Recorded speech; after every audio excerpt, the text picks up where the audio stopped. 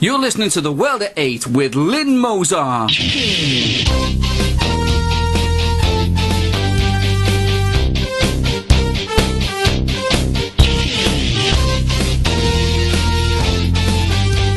World at 8, the number one in nationalist news. Highlights of the news today, Wednesday, the 5th of September. Sectarian divisions in Northern Ireland still run deep. Office of Fair Trading to spend 6 weeks reviewing petrol prices. Direct Line to close 900 jobs to save costs. A real Wally, thank God for football. Christians in landmark case in the European Court of Human Rights. Bulgaria has a rethink on joining the Eurozone. Impose a 6-day week, Troika tells Greece. Thought for the day, genetic madness or ignorance? And finally, a zombie for president? UK news. Sectarian divisions still run deep in North Belfast, as the last 3 nights of rioting have shown. A number of missiles and fireworks were hurled at police on Tuesday evening. Around 200 people gathered around Denmark Street and the police were moved in at 2200 hours. The dispute is still centred around a Republican parade, and the marching issue is still a large thorn in the side of the peace process. Northern Ireland's First and Deputy First Ministers Peter Robinson and Martin McGuinness are expected to meet the North Belfast Assembly members and the local DUP MP Nigel Dodds on Wednesday afternoon in a first step to seek solutions to this problem within this area. The Office of Fair Trading is to review petrol prices at the pump. OFT will have to take into consideration the disparity between the falling costs of crude oil and the rising costs at the petrol stations. Prices at the pumps went up by 38% from June 2007 to June 2012 and diesel 43% over the same time period. The OFT have stated that the retail roads fuel sector was estimated to be worth around £32 billion. The report will be published in January of next year. The insurance company, Direct Line, will shed 900 jobs to save costs. Direct Line, which is being demerged by parent company Royal Bank of Scotland, has launched a target of £100 million worth of gross annual savings costs by the end of 2014. This includes closing a site in Stockton-on-Tees which will cost 500 jobs. RBS is state-owned and has been ordered by the European regulators to sell Direct Line as a condition of securing a bailout from the UK government, and the company will probably be floated by RBS in an initial public offering IPO later this year. Direct Line, who owns Green Flag Brands and Churchill, employs around 15,000 staff in total. Who is the dumb one? Footballer Patrick Vieira received a 6-month driving ban and a £1,000 fine for speeding near Stockport, Cheshire. His lawyers claim his mail went astray and Vieira never received the prosecution notice at his home. The punishments have been suspended, waiting his appeal. Vieira is reported to have said, "I was quite scared when I saw it was a final notice. I didn't know what was going on. Working for Manchester City, we have a department which, if we have any problems, they deal with that situation. I'm not used to dealing with these situations, so I took it to the department because I know when a letter says something is a final notice, it is serious." A World at 8 reporter commented, "It is a good job this guy is not in charge of something crucial, but just kicking a ball round a field. If he had a brain cell, he would be dangerous." Euronews. 4 Christians this week took their cases to the European Court of Human Rights in Strasbourg, claiming workplace discrimination that a former Archbishop of Canterbury says has turned them into victims of a new secular orthodoxy. The 4, all Britons who claim national laws fail to protect them, argue that their employers contravened European human rights legislation that bans religious discrimination and allows freedom of thought, conscience and religion. The National Secular Society said before the court hearing that British courts have been right to reject the 4 complaints and that the rights of gay people are placed at risk if it is decided that reasonable accommodation is acceptable when religious people provide or refuse to provide services to them. A World at 8 reporter commented, "It seems the rights of gay people are overtaking those of normal people, and that if of the gay persuasion one can play the gay card, which is equivalent to the race card, it is despicable." Bulgaria has halted plans to join the euro in the latest public setback for the beleaguered currency union. Speaking in an interview with the Wall Street Journal on Monday, 3rd of September, in Sofia, Prime Minister Boyko Borisov and Finance Minister Semyon Zhankov said the decision was the result of a debt crisis and the double-dip recession facing the Eurozone, along with rising public opposition to joining the single currency. Right now, I don't see any benefits of entering the Eurozone, only costs, Zhankov said, adding that disagreement between countries on how best to respond to the debt crisis made the prospect of Euro membership too risky for us, and it's also not certain what the rules are and what they are likely to be in a year or two. Greece should impose a 6-day week to secure the next tranche of its bailout package, according to a leaked letter sent by the country's creditors. Under a heading, Increased Flexibility of Work Schedules, the Troika, which is composed of officials from the European Commission, European Central Bank, ECB, and the International Monetary Fund, IMF, states that the country should increase the number of maximum working days to 6 days across all sectors. It adds that the government should also reduce daily rest between shifts to the 11 hours minimum and scrap restrictions on length of shifts. World news. Egypt, Turkey and Saudi want Iran to join in the ousting of President Assad of Syria. Whilst the UN slams arms suppliers to both sides of the Syrian conflict, Egypt is working to form a coalition of Muslim states to convince Syria's Assad to stand aside.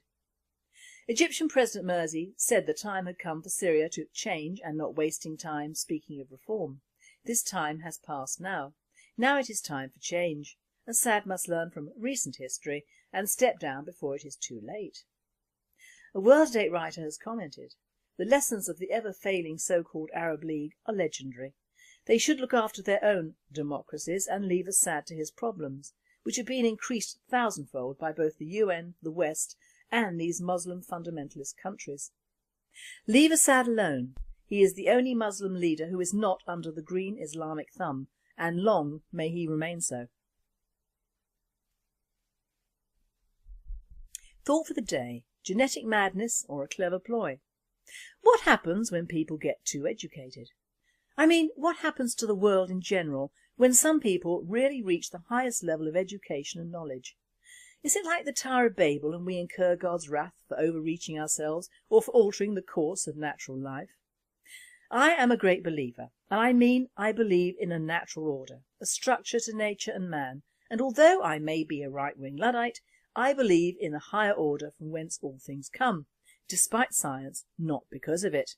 Science is for man, believing is individual and personal. Now there is a research geneticist from Imperial College London, oh we do get 'em don't we, called Aarathi Prasad, and she has written about not the joy of sex, but the joy of no sex. Despite the fact that 99.9% of all higher animal species reproduce themselves with a partner or two. OK, he might be eaten alive after intercourse as with some species of insects, but generally he survives to have sex another day. However, Prasad writes about the very, very few species who do it all alone. Some could say, I do it my way. Yeah. Namely, whiptail lizards and some hammerhead sharks. But wait for it, Prasad has suggested that this is the way to go for humans in the future. Now this is money and education gone mad in my book. She is an attractive young woman, judging by the fly cover of her book, Like a Virgin. So what is the deal? Well, first she gets publicity and some sort of fame, and secondly, some idiots might well jump on her bandwagon, and I do not mean Madonna. To sum it up in layman's terms, she thinks that men could well carry children in a false womb and give birth. The Y chromosome, which is the male chromosome, is according to her dying out, and we will all be extinct unless we have virgin births, yada yada yada. She has highlighted the very rare cases of ovarian teratomas, which grow from egg cells. Now I can speak on authority here, because in 1981 I had an operation to remove my twin from one of my ovaries. I do not know about other cases, as mine was very rare, but I was told that my mother had been expecting twins and I absorbed my brother at some time in her womb. I had already had 3 children by the time this was found during a routine operation, and it was a terrible shock to the surgeon, myself and my mother. Algernon, as I call him, was male, had teeth and hair, and is, I believe, now in Great Ormond Street Hospital in a jar. Now this teratoma was in no way viable, having been dead for 36 odd years, But imagine the awful research needed on cells, fetuses, animals and humans to obtain a viable result. It beggars belief. It would be a great money spinner though for the madmen of science that would no doubt receive huge donations from people who would like to produce their own child. Over-the-hill females, gay couples, both male and female, and practically every pervert on the planet would jump at that opportunity. Fancy reproducing your own little person without any help, a sort of mini-me. The thought makes me vomit. Another factor is that we as a world are suffering from overpopulation, and many are starving as it is. Prasad should go back to India and see what the majority of her fellow Indians are surviving on. Parts of Africa are inundated with mothers who produce umpteen children, most of which are destined to die, whether from AIDS or hunger. China is growing by the million every year and are limiting their output supposedly, but they are still considering taking over vast swathes of Africa for their poor to exploit. Prasad should know that when it comes to the Muslim population, they do not need any help at all, just another country's land and money. Somehow, the future, as portrayed in this book and the redesigning of humanity, is not a pleasant one. It denigrates the male species even more, and we women have had enough to do without producing and raising children, without the odd spate of pleasurable sexual activity. Give the average British man a chance to become pregnant with a test tube oddity in a plastic container in his belly, and I'm sure he would jump at the chance. No, I think he would run a mile, frankly, as indeed I would, given the chance. It is all very well to waste money on research that could work, but this never will. I'm not denying the world needs sorting out and the people within it, but this is not the way forward. Looking at it from a humorous and political point of view, you could have leaders of certain political parties producing their own members and supporters. Make way for Conservative baby number 1105. The nationalist Damien 666 would be a winner too, but I do not see Nick going for that sort of nonsense. In truth and humour aside, this book should be shelved and all the nonsense consigned to the fires. It is not a revolutionary idea that would transform our lives, feed our people, or give us something the world needs. It is frippery and divisive and takes our minds off the things that count. Our country, our people, and the welfare of both. The world can do without this particular message. After all, no sex we're British works for me. And finally, a zombie is making a bid for the world's first zombie presidential candidate. Morgan Zombie and his wife Patty Morgan Zombie were being hosted by the Democratic National Convention. They are apparently highlighting the plight of the zombie community. Mr. Zombie and his wife, who is not a zombie, are part of a promotional stunt by the American network AMC to get their post-apocalyptic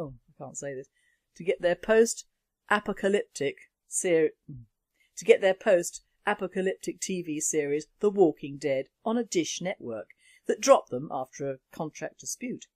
Mrs. Zombie was reported as stating, "My husband is running for president because he could have taken a certain issue lying down, well, because he was already lying down, but he decided to stand up and pledge to fight for equal viewing opportunities for all." Oh God, at least he's a Democratic candidate. He should do well there, as he's the same hue as Obama. You have been listening to The World at 8. I am Lynne Mozar, and I wish you all a very good night. Divisions still run deep in North Belfast, as the last 3 nights of rioting have shown. A number of missiles and fireworks were hurled at police on Tuesday evening. Around 200 people gathered around Denmark Street and the police were moved in at 2200 hours. The dispute is still centred around a Republican parade, and the marching issue is still a large thorn in the side of the peace process. Christians in landmark case in the European Court of Human Rights. Bulgaria has a rethink on joining the Eurozone. Impose a 6-day week, Troika tells Greece.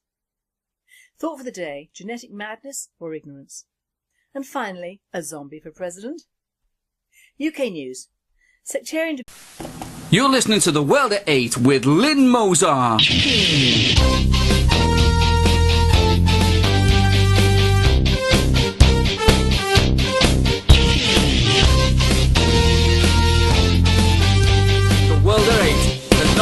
In nationalist news. Northern Ireland's First and Deputy First Ministers Peter Robinson and Martin McGuinness are expected to meet the North Belfast Assembly members and the local DUP MP Nigel Dodds on Wednesday afternoon in a first step to seek solutions to this problem within this area. Highlights of the news today, Wednesday, the 5th of September. Sectarian divisions in Northern Ireland still run deep. Office of Fair Trading to spend 6 weeks reviewing petrol prices. Direct Line to close 900 jobs to save costs. A real Wally, thank God for football.